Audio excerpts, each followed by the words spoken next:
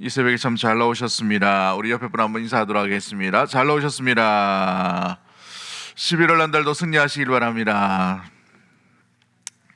은혜 받으신 하나님 말씀은 욥기서 16장 1절부터 8절까지만 우리 읽도록 하겠습니다. 원래 17절까지인데 욥기 16장 1절부터 8절까지 말씀, 구약성경 777쪽쯤에 있습니다. 777쪽 욥기 16장 1절부터 8절까지 말씀, 우리 저와 여러분이 한 절씩 교독하도록 하겠습니다.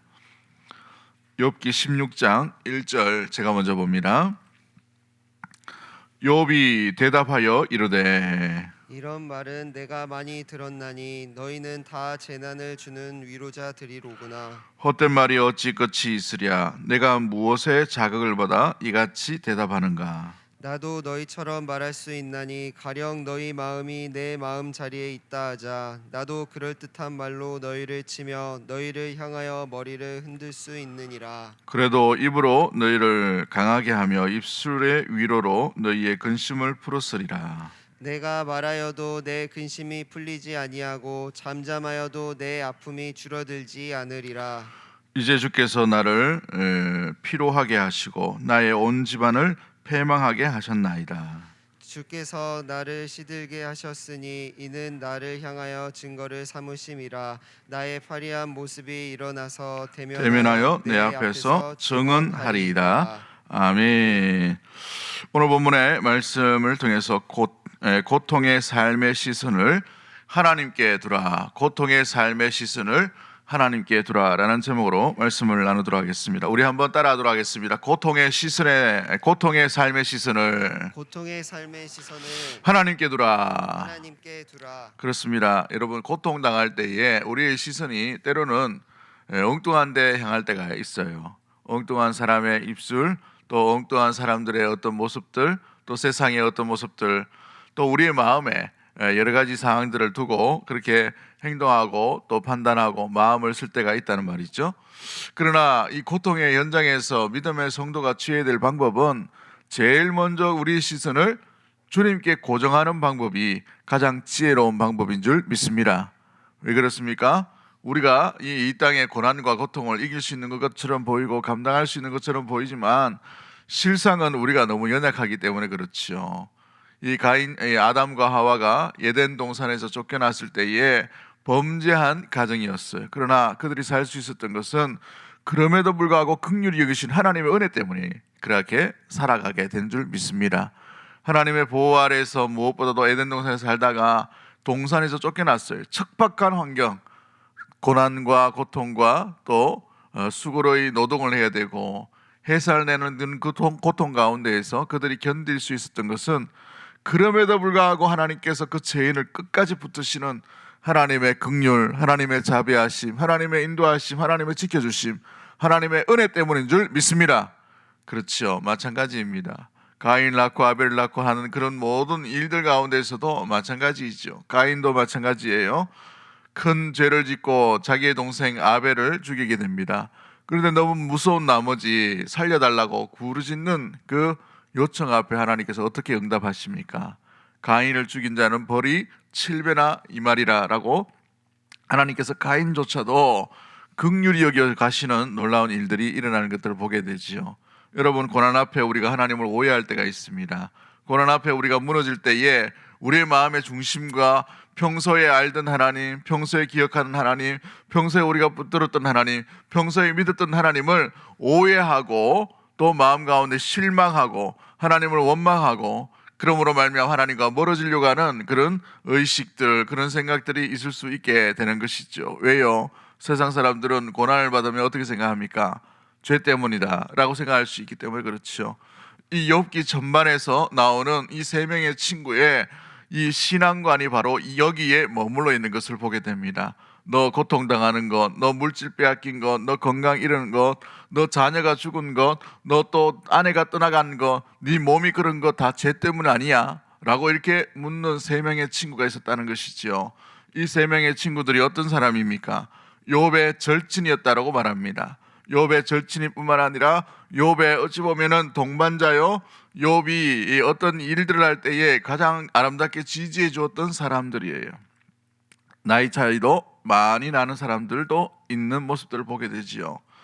이 엘리바스라는 사람의 두 번째 이 대답 이후에 욥이 낙담하고 낙심하여서 무너지는 장면이 오늘 본문에 나오는 이 1절부터 17절까지의 말씀 가운데 나오는 것을 보게 됩니다. 여러분 2절 말씀 우리 한번 더 읽어보도록 합니다. 2절 말씀 같이 볼까요? 시작. 이런 말을 내가 많이 들었나니 너희는 다 재난을 주는 위로자로구나 라고 되어 있어요.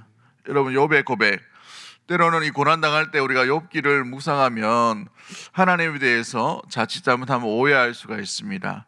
하나님이 내 죄 때문에 이런 징벌을 주시는 것이 아닌가, 고난을 주시는 것이 아닌가라고 착각할 수 있기 때문에 그렇지요.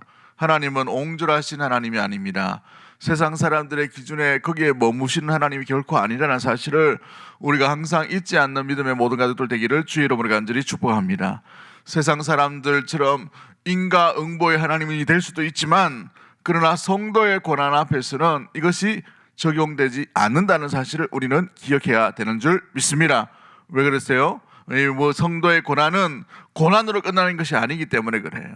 연단이기 때문에 그러한 줄 믿는 믿음의 모든 가족들 되기를 주의 이름으로 간절히 축복합니다. 의도가 뭔가 하나님의 뜻이 무엇인가를 빨리 분별할 때에 이 고난과 고통도 능히 감당할 수 있는 힘도 또 은혜도 또 자비도 또 그 가운데 긍휼히 여기심도 함께 받는 줄 믿는 믿음의 모든 가족들이 되기를 주의 이름으로 간절히 축복합니다. 여러분 세상 사람들의 위로를 너무 귀를 기울이지 마십시오. 오늘 욥의 2절의 고백이 뭡니까? 너희는 뭐라고 되어 있어요? 재난받는 어떻게 되어 있어? 2절 말씀 보시면 재난을 주는 위로자구나 라고 되어 있어요. 3명의 친구가 왔습니다. 욥이 어렵다는 소식을 듣고 달려왔다는 말이죠. 이만하면 욥도 잘 산 사람입니다. 친구들이 고난 가운데 떠나지 않고 옆을 지켜주기 때문이지 그렇죠. 의지할 만합니다. 그런데 의지하면 안 되는 것이 오늘 본문에 나오죠. 고난 가운데 우리가 의지해야 될 분은 사람이 아니라 하나님 한 분밖에 없는 줄 믿습니다. 이 사람들이 뭘 이야기합니까? 위로해 주는 척하고 또 여러 가지 옆에 있어주는 척하지만 결국은 인생을 혼자라는 사실을 뼈저리 보여주고 있는 사건이 바로 욥의 고통 가운데 있는 현실이지요. 여러분 내 고통, 내 아픔은 내 가족이라 하더라도 잘 모를 수가 있어요. 아무리 위로해 준다고 하지만 위로가 아니라 오히려 재난을 줄 때가 있단 말이죠. 여러분 가족들 가운데에 왜 섭섭함이 일어납니까?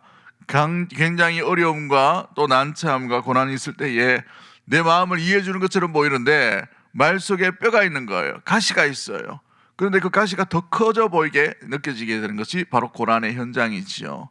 마치 이와 같습니다. 남편이 60몇 년 동안 평생도록 가족을 먹여 살리다가 이제 정년 은퇴를 했어요.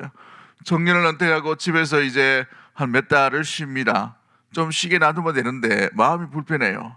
남편도 불편하고 아버지로서 또 여러 가지 불편함이 있습니다. 그럴 때에 가족들이 여러 가지 일단 집에 있으면서 청소도 좀 하고 하지 뭘 이렇게 혼자 있노 이렇게 말을 해요. 그러면 남편이 생각할 때 어떤 마음이 들어요? 내가 밥충인가? 내가 쓸모없는 사람인가? 내가 돈 못 벌어서 이런가? 라는 자격지심이 막 들게 된단 말이죠.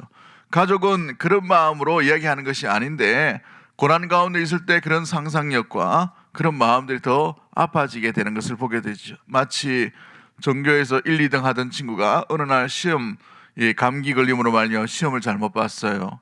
그래서 이 전교에서 한 10등 이후로 밀려나게 되었어요.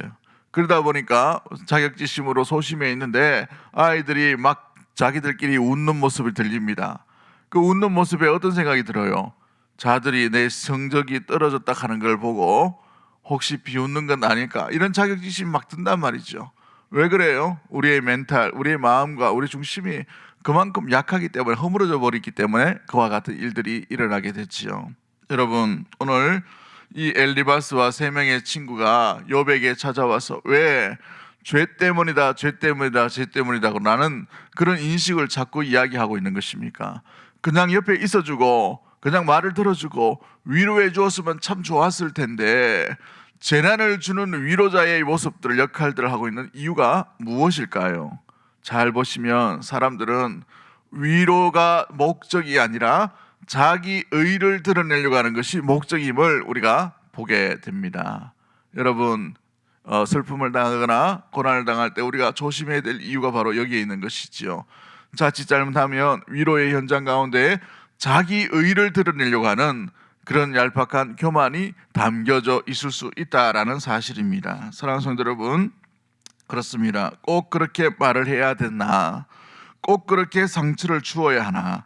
위로한다고 온 사람들이 위로받아야 할 사람들에게 위로가 되지 않고 오히려 재난 가운데 더 몰입되도록 만들어가는 그 이유, 자기 의를 드러내기 때문에 그런 것이죠. 이 엘리바스와 세 명의 친구도 마찬가지였습니다. 죄가 없나 돌아보라라고 계속해서 얘기하죠. 그런데 그들은 한 가지 관과한 것이 있습니다. 그들 역시도 하나님의 긍휼하심을 입어서 지금 이 자리에 있다는 사실을 잊어버렸다는 사실이에요. 그들 역시도 하나님 앞에 고개를 뻣뻣이 들 수 없는 존재임을 잊어버렸다는 사실입니다. 그들 역시도 하나님 앞에 죄로 인하여서 용서함을 받은 죄인임을 잊어버렸다는 사실이지요. 여러분, 성도가 죄 사함의 기쁨과 감사함과 그 은혜를 잊어버리면 그때부터 방종이 일어나고 방탕이 일어나고 무엇보다도 변절이 일어날 가능성이 참 많이 있어요. 교만하기 때문에 그런 것이죠. 사랑하는 성도 여러분, 저와 여러분이나 마찬가지로 이 자리에 앉아있고 이 자리에 서 있지만 모두가 다 주님 앞에 긍휼을 입은 믿음의 죄인임을 항상 잊지 않는 믿음의 모든 가족들 되기를 주의 이름으로 간절히 축복합니다. 우리가 리더가 되고 또는 직분을 가지고 교사가 되고 또 어떤 신앙생활의 연류가 깊으면 깊어질수록 우리가 마치 재난을 주는 위로자처럼 그런 행세를 할 때가 종종 있게 될 수 있다는 사실이죠. 그렇기에 우리 마음 가운데 항상 이 죄인의 의식과 사함을 받은 죄인임을 항상 잊지 않는 믿음의 모든 가족들이 되기를 주의 이름으로 간절히 축복합니다. 존 뉴턴이라는 목사님이 계셨어요. 존 뉴턴이라는 목사님이 계셨는데 이분은 포악한 노예 상인의 선장이었습니다.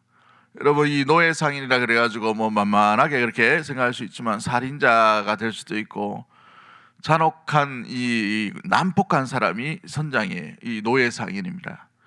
이 아프리카에서 노예를 싣고 이 노예를 끌고 이렇게 배를 싣고 유럽으로 갈 때에 여러분 그냥 끌고 오지 않아요. 여러분 편안하게 배에 이 노예들 실어가지고 오는 게 아니고 여러분 이 배 갈릭선을 보면은 잔인할 정도로 지금 보면은 야 어떻게 사람을 저렇게까지 취급하나 할 정도로 잔혹합니다. 더 많은 죄수를 싣기 위해서 죄수를 서서 앉아서 싣고 가는 게 아니고 전부 눕혀요. 전부 눕혀서 따닥따닥 붙이고 난데 그걸 1층, 2층, 3층, 4층 이렇게 붙입니다. 그러니까 한 명이 감기 걸려서 폐결핵이나 죽으면 그 라인에 있는 사람, 이 노예가 다 죽을 정도로.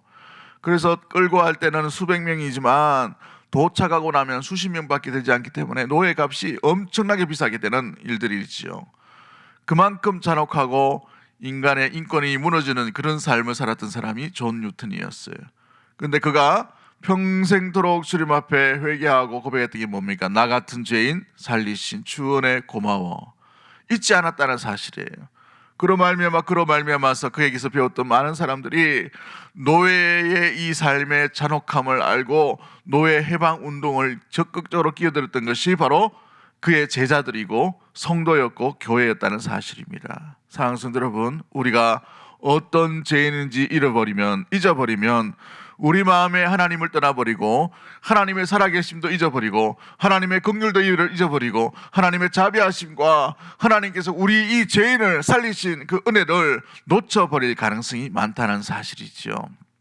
이 땅 가운데 사랑하는 성도 여러분, 그러기에 재난을 주는 위로자가 아니라 긍휼과 자비와 사랑을 주는 참된 주님을 닮은 위로자로 아름답게 살아가는 믿음의 모든 가족들이 되기를 주의 이름으로 간절히 축복합니다.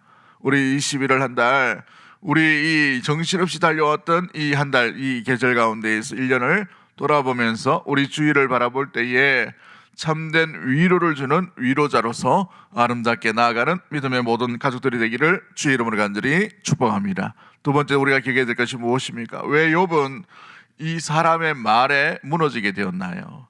왜 사람의 말에 그 마음 가운데 중심에 1장부터 시작되었던 그 마음에 주님을 사랑하는 그 사모함의 마음, 주님을 기억하는 그 은혜 의식을 왜 놓쳐버리고 오늘 다시 주께서 나를 이렇게 죄악으로 또 고난으로 몰아가십니까? 라고 이렇게 고백하고 있습니까? 우리 6절 7절 한번 읽어볼까요? 6절 7절 말씀 같이 봅니다. 시작. 내가 말하여도 내 근심이 풀리지 아니하고 잠잠하여도 내 아픔이 줄어들지 않으리라. 이제 주께서 나를 피로하게 하시고 주의 온 집안을 패망하게 하셨나이다. 누가 했다라고 이렇게 말하고 있어요? 주께서라는 것이죠.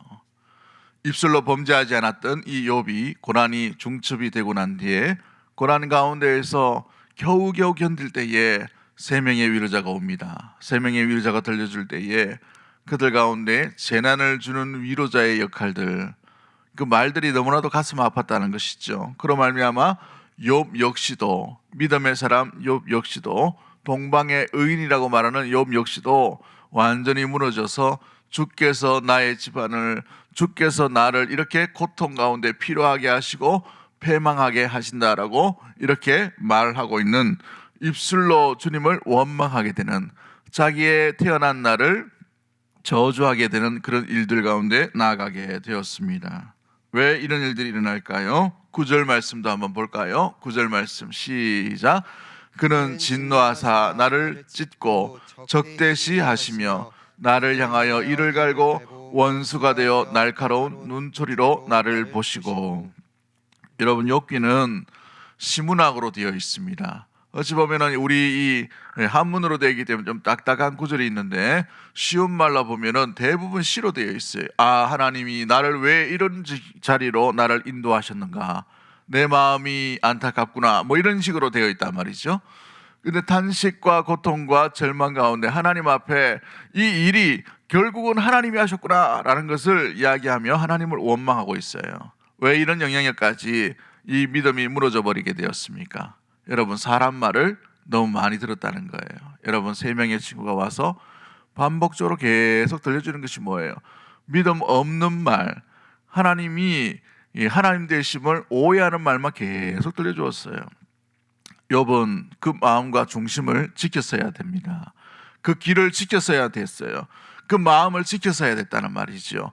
하나님의 원래의 하나님의 뜻, 하나님의 마음, 하나님의 계획, 하나님의 사랑, 그토록 수십 년간 하나님과 동행했던 하나님의 흔적들을 그는 추적하고 돌아보며 간직해야 됐는데 거기에 머물지 아니하고 사람의 소리에 너무 민감하고 사람의 소리에 그의 마음과 그의 신앙이 완전히 무너져 버렸다는 것을 보게 됩니다. 고난 앞에 쉽게 무너지는 것이 사람의 모습이요, 믿음의 모습이라는 사실입니다. 그러므로 우리가 한시도 사람과 환경을 의지할 필요가 없는 이유가 여기에 있다는 거예요.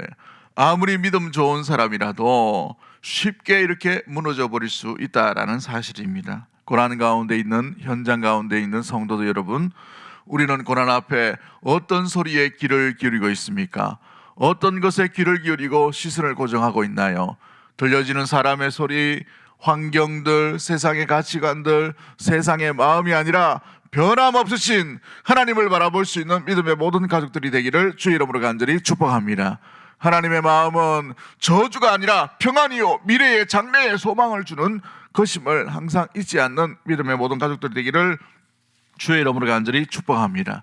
지명하여 부르신 분이 우리 하나님이심을 잊지 말아야 한다는 사실이죠. 그러므로 우리 믿음의 성도는 어떠한 상황 속에서도 사람들의 시선, 사람들의 마음, 사람들의 가치에 너무 귀를 기울이는 것이 아니라 주님께서 지금까지 인도해 주시고 주님이 어떤 분인지를 놓치지 않고 잊지 않는 그 시선으로 날마다 나아갈 수 있게 되기를 주의 이름으로 간절히 축복합니다.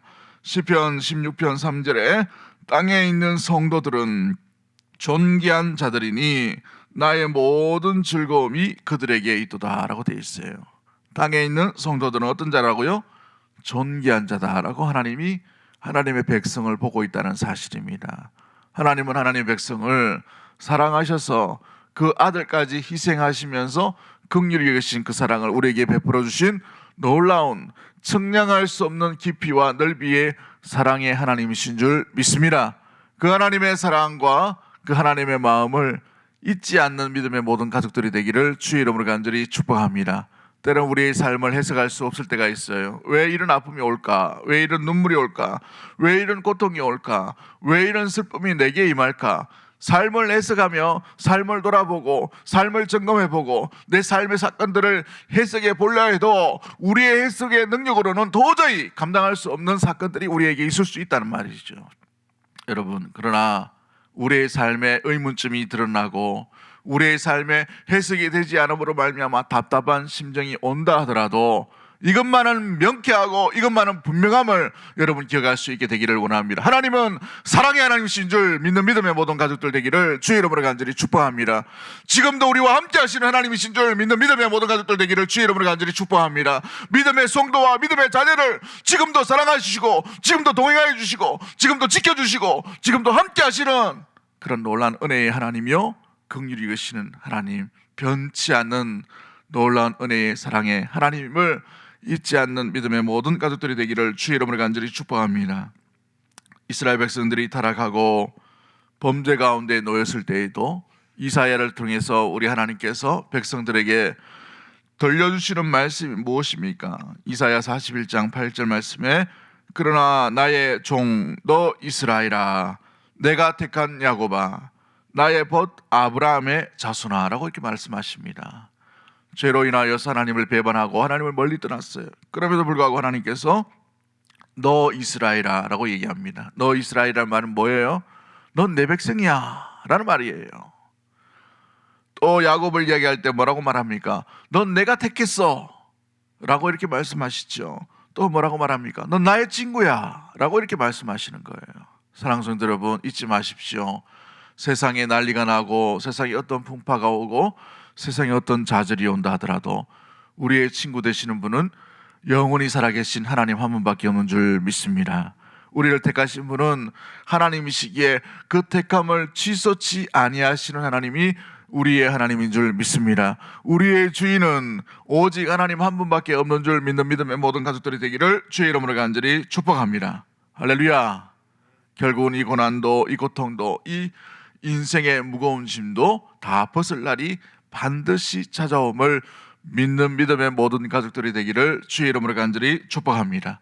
이 결실의 계절이요, 이 쓸쓸한 가을의 마지막을 맞이하면서 사랑하는 성도 여러분, 하나님을 의식하고 사람의 시선을 의식하지 말고 시선을 주님께 고정함으로 우리에게 당한 이 슬픔과 고통도 능히 이겨낼 수 있는 사랑하는 주의 백성들로 날마다 나아가게 되기를 주의 이름으로 간절히 축복합니다. 어떤 아이가 아버지와 함께 동물원에 들어가게 되었어요. 동물원에 가서 이 동물 저 동물 보는데 사자가, 이 숫사자가 이 갈기와 이게 너무 멋진 거예요. 그래서 아버지와 함께 이제 숫사자를 보기 위해서 나아갑니다. 나아가는데 보니까 사자가 이 아이가 다 이렇게 지나가는 거 보니까 으르렁거리는 거예요. 엄청나게 큰 이 사자가 으르렁거리는데 막 자기에게 달려오는 것처럼 보이고 아이에게 막 위협적으로 하는 것처럼 보이고 막 그렇게 하는 것이죠. 울부짖는 사자의 소리에 이 남자아이가 그만 눈물이 터져 버렸습니다. 너무 무서워서 아버지의 바지를 붙들고 이게 떨어지지 않으려고 하는 것이죠. 아버지가 놀라서 아들아 뭔 일이 있니? 라고 이렇게 물어봅니다. 아빠 저 사자 보세요. 너무 크고 너무 무서워서 나한테 달려들 것 같아요. 저 사자가 너무 무서우니까 빨리 도망가요 라고 이렇게 합니다. 그럴 때에 아버지가 뭘 얘기합니까? 아들아, 사자가 크고 사자가 무서운 건 나도 안다. 그런데 그 사자가 밖으로 넘어갈 수 없도록 울타리가 쳐져 있고 철창이 쳐져 있고 보호장치가 되어 있는 것도 나는 보고 있단다 라고 이렇게 얘기하는 것이죠. 사랑하는 성도 여러분, 하나님께서 우리에게 주시는 고난도 마찬가지입니다.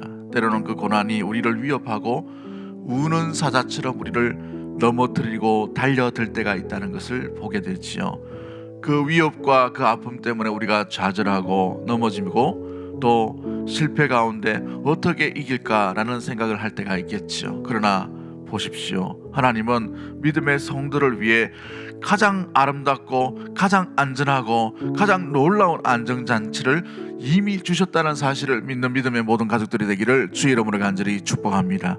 고통의 현장 가운데에서 주께서 우리를 지키시고 주께서 우리와 함께 하시고 주의 말씀 가운데 세상 끝날까지 마태복음 28장의 말씀처럼 우리와 함께 하리라라는 말씀을 기억하며 주님의 이 영원하신 변치 않는 약속이 우리의 울타리가 되고 우리의 철장이 되고 우리의 보호장치가 되고 우리의 안전장치가 됨을 성령께서 우리에게 보증하심을 믿고 믿음으로 세상 가운데 아름답게 나아갈 수 있는 이 고통과 이 고난 가운데서도 주만 바라볼 수 있는 믿음의 모든 가족들이 되기를 주의 이름으로 간절히 축복합니다. 우리 찬양합니다.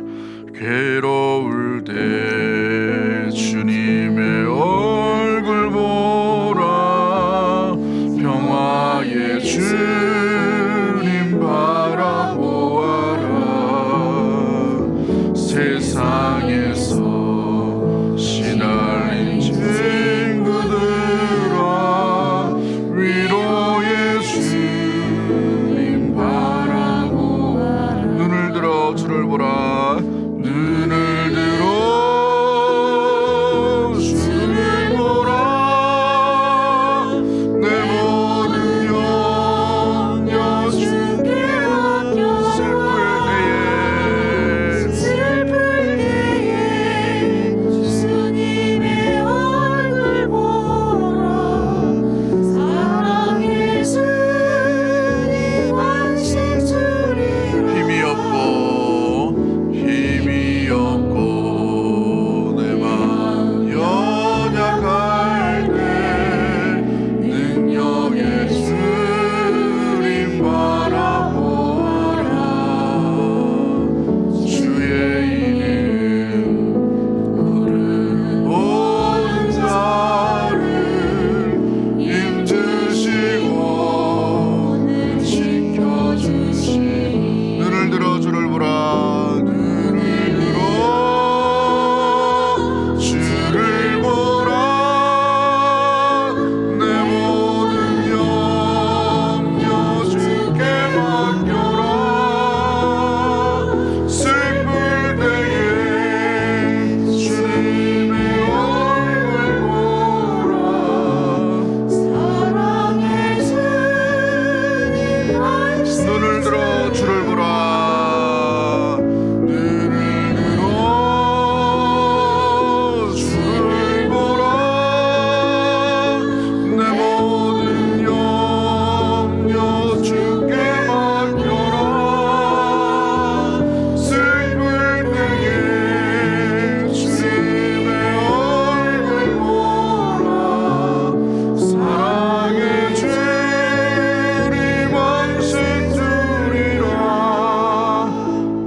합심해서 한번 기도하기를